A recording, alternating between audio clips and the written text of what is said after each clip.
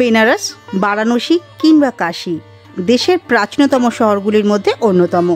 হিন্দু ধর্মের এক পবিত্র ধর্মীয় স্থান। বেনারস হল 12 জ্যোতির্লিঙ্গের মধ্যে অন্যতম জ্যোতির্লিঙ্গ, বাবা কাশী বিশ্বনাথের শহর। ভারতবর্ষের প্রচুর ইতিহাস লুকিয়ে রয়েছে বেনারসের অলিতে গলিতে। আগের ভিডিওতে আমি আপনাদের সাথে শেয়ার করেছিলাম বেনারসের প্রথম পর্ব, যার মধ্যে ছিল কলকাতা থেকে বেনারসের ট্রেন জার্নি, বেনারসের বিখ্যাত খাবার, সব কিছুই আপনাদের সাথে শেয়ার করেছিলাম। আর তার সাথে শেয়ার করেছিলাম বেনারসের সাইট সিন। আজকের পর্বে আমি আপনাদেরকে দেখাবো বেনারসের বিখ্যাত গঙ্গা আরতি, গঙ্গা ভ্রমণ, বাবা বিশ্বনাথ মন্দিরের পুজো দেওয়া, আর তার সাথে দেখাবো সারনাথ। তো চলুন দেরি না করে ভিডিওটা শুরু করি।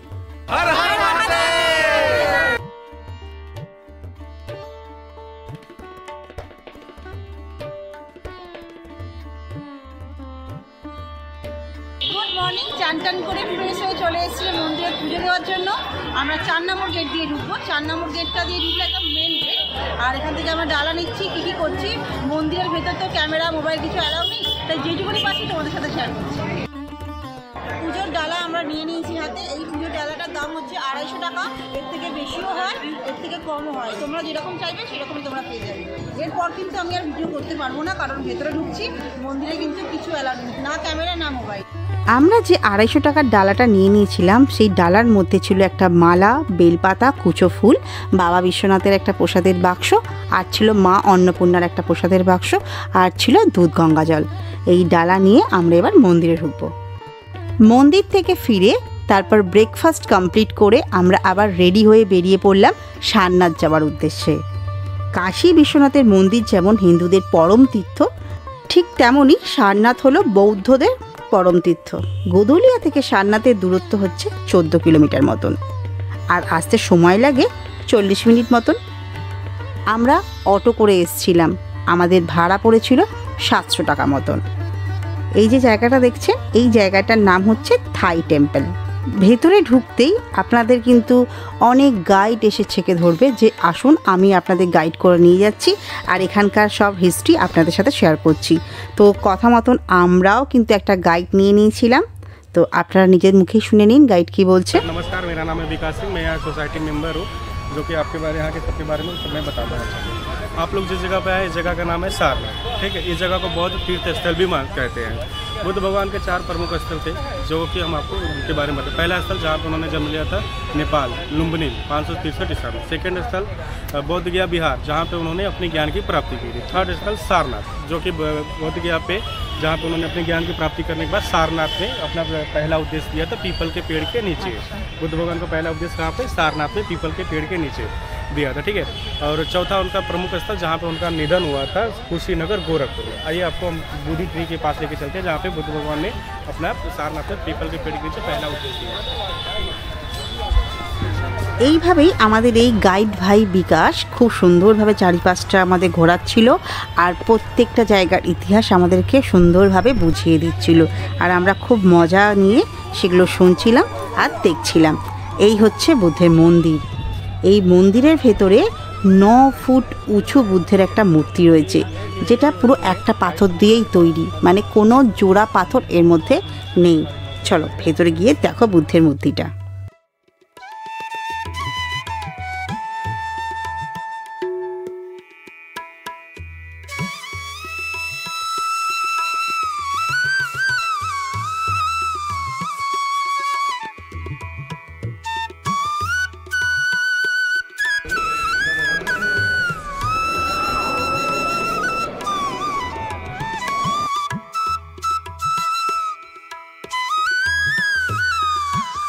এরপর চলো আমরা দেখব 80 ফুট বুদ্ধের মূর্তি। এখানকার চারিপাশের ভিউ ছিল খুবই সুন্দর, চারিপাশটা পুরো সবুজে মোড়া ছিল, তাই আপনাদের সাথে শেয়ার না করে আমি পারলাম না। আমাদের যে গাইড ভাই ছিল তার কাছ থেকে জানলাম 80 ফুট 9 ইঞ্চি বুদ্ধের উচ্চতার তার আসল কারণ হলো 80 বছর বুদ্ধদেব বেঁচে ছিল, তাই 80 ফুট, আর 9 মাস তিনি মাতৃগর্ভে ছিলেন, তাই 9 ইঞ্চি। এখানে প্রতিটা জায়গায় প্রতিটা আলাদা আলাদা মূর্তির সামনে আলাদা আলাদা কিন্তু ব্যাখ্যা রয়েছে, যা সবটাই আমরা গাইড ভাইয়ের কাছ থেকে শুনে নিলাম। অনেকটা সময় আমরা এখানে কাটিয়ে নিলাম, অনেকটা মজা করে নিয়ে ছবি তুলে তারপর আমরা এখান থেকে বেরিয়ে পড়লাম। সারনাথ থেকে ফেরার পথে রাস্তাতেই আমরা লাঞ্চ কমপ্লিট করে নিয়েছিলাম। তারপর হোটেলে গিয়ে একটু রেস্ট নিয়ে আবার রেডি হয়ে সন্ধে হতে না হতেই বেরিয়ে পড়েছি গঙ্গা আরতি দেখার উদ্দেশ্যে। তো আজকে আমরা সন্ধেবেলায় নৌকা করে গঙ্গা আরতি দেখব। তো নৌকায় উঠবো, তারপর দশাশ্বমেধ ঘাটে গিয়ে আমরা গঙ্গা আরতি দেখব। তো চলুন।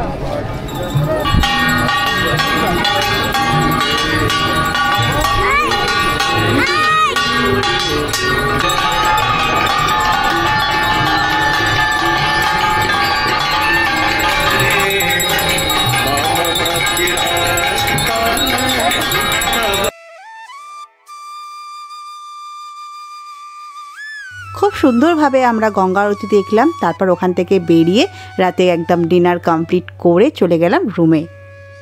ভোর হতে না হতেই আমরা আবার বেরিয়ে পড়লাম সকালবেলা নৌকা ভ্রমণের উদ্দেশ্যে। তো হোটেল থেকে বেরিয়ে সামনের গলি দিয়ে একদমই সামনে পড়ছে এই ঘাট। এই ঘাটের নাম হচ্ছে নারদ ঘাট। অনেকটা যেহেতু সকাল ছিল তাই ঘাটটাও ছিল অনেকটা ফাঁকা। তো চলে এলাম নারদ ঘাট থেকে রাজাঘাট। এখানে অনেক ঘাট আছে। এখন আমরা নৌকা করে সেই ঘাটগুলো ঘুরবো আর চারিপাশের ভিউগুলো দেখবো। তো চলো আমরা এবার নৌকা করে ঘুরবো, কয়েকটা ঘাটও যাবো, তোমাদেরকেও দেখাবো। তো আমরা নিয়ে নিয়েছি একটা পার্সোনালভাবে রিজার্ভ করে নিয়েছি একটা বোট। তো এই ভাই তোমারা নাম বাতা দো। शुभम सर তোমার নাম্বার বল দো। 85460729। তো ভাইয়ের সাথে কিন্তু যেতে পারো, কারণ ভাই কিন্তু আর অন্যদের থেকে অনেকটাই কম রিজনেবল প্রাইসে নিয়ে যাচ্ছে আর খুব ভালো ঘোরাবে। হয়তো তোমাদের সাথে তো সব দেখাবো, শেয়ারও করবো। চলো দেখতে থাকো।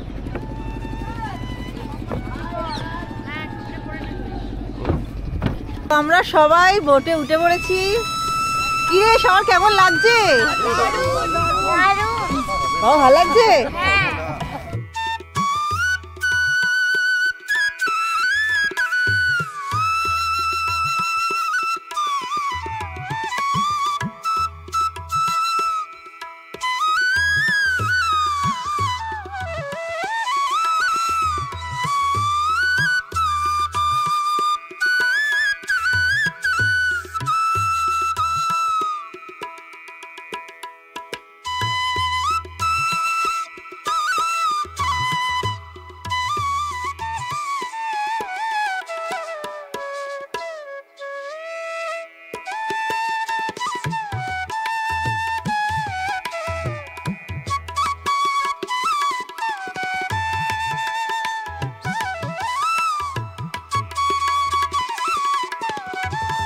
বেনারসে 108টার ওপর ঘাট আছে, আর প্রত্যেকটা ঘাটে আলাদা আলাদা নাম রয়েছে, আর প্রত্যেকটা ঘাটের পেছনে আলাদা আলাদা ইতিহাস রয়েছে। সব ঘাট তো ঘুরে দেখা আমার পক্ষে সম্ভব নয়, আমি যে কটা ঘাট দেখছি আপনাদেরকেও সে কটা ঘাট দেখাবো, তো দেখতে থাকুন।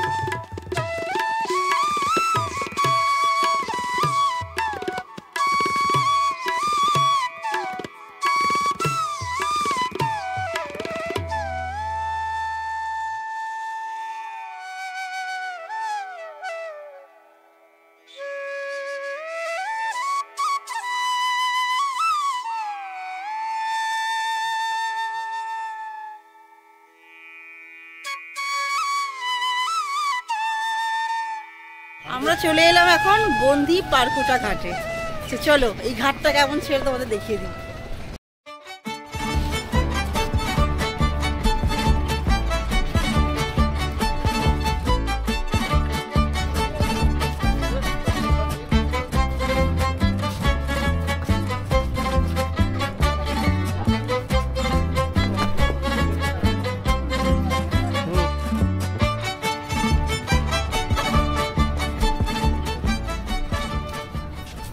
সকাল সকাল বন্দি পারকুটার ঘাটটা দারুণ লাগলো, তোমাদের কেমন লাগলো প্লিজ কমেন্ট করে জানাও। আর এবার আমরা যাচ্ছি করিডোর, যে মন্দিরের যে করিডোর সেখানে যাচ্ছি, চলো।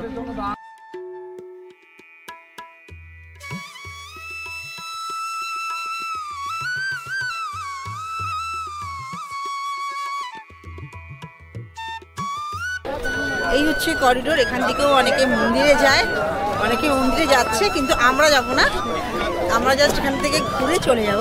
আমাদের নৌকাটা এখানে 5 মিনিটের জন্য দাঁড়িয়েছে, তো আমরা এখানে একটু 4-5টা ঘুরে চলে যাব। আমরা নৌকো করে বেশ কয়েকটা ঘাট ঘুরে দেখলাম আর আপনাদেরকেও দেখালাম। কিছু কিছু ঘাট আমরা নৌকায় বসে দেখলাম, কিছু কিছু ঘাট আমরা নেবে দেখলাম নৌকো থেকে। তো ঘন্টাখানিক মতন আমরা নৌকো করে ঘুরে নিলাম, খুব ভালো লাগলো সকালবেলা এরকম নৌকো করে ঘুরতে। আর সেরকম কিছু দেখাচ্ছিল না, তাই আমরা সরাসরি চলে গেলাম হোটেলে। বেনারস ভ্রমণ তো আমার আজকে এখানেই শেষ হচ্ছে, তো কার কেমন লাগলো প্লিজ কমেন্ট করে জানাও। আর যদি ভালো লেগে থাকে তাহলে একটা লাইক করে দাও, আর এখনও যারা চ্যানেলটাকে সাবস্ক্রাইব করোনি প্লিজ চ্যানেলটাকে সাবস্ক্রাইব করে দাও। তো আজকের মতো ভিডিওটা এখানেই শেষ করছি, আবার দেখা হবে নতুন একটা ভিডিও নিয়ে। Bye bye.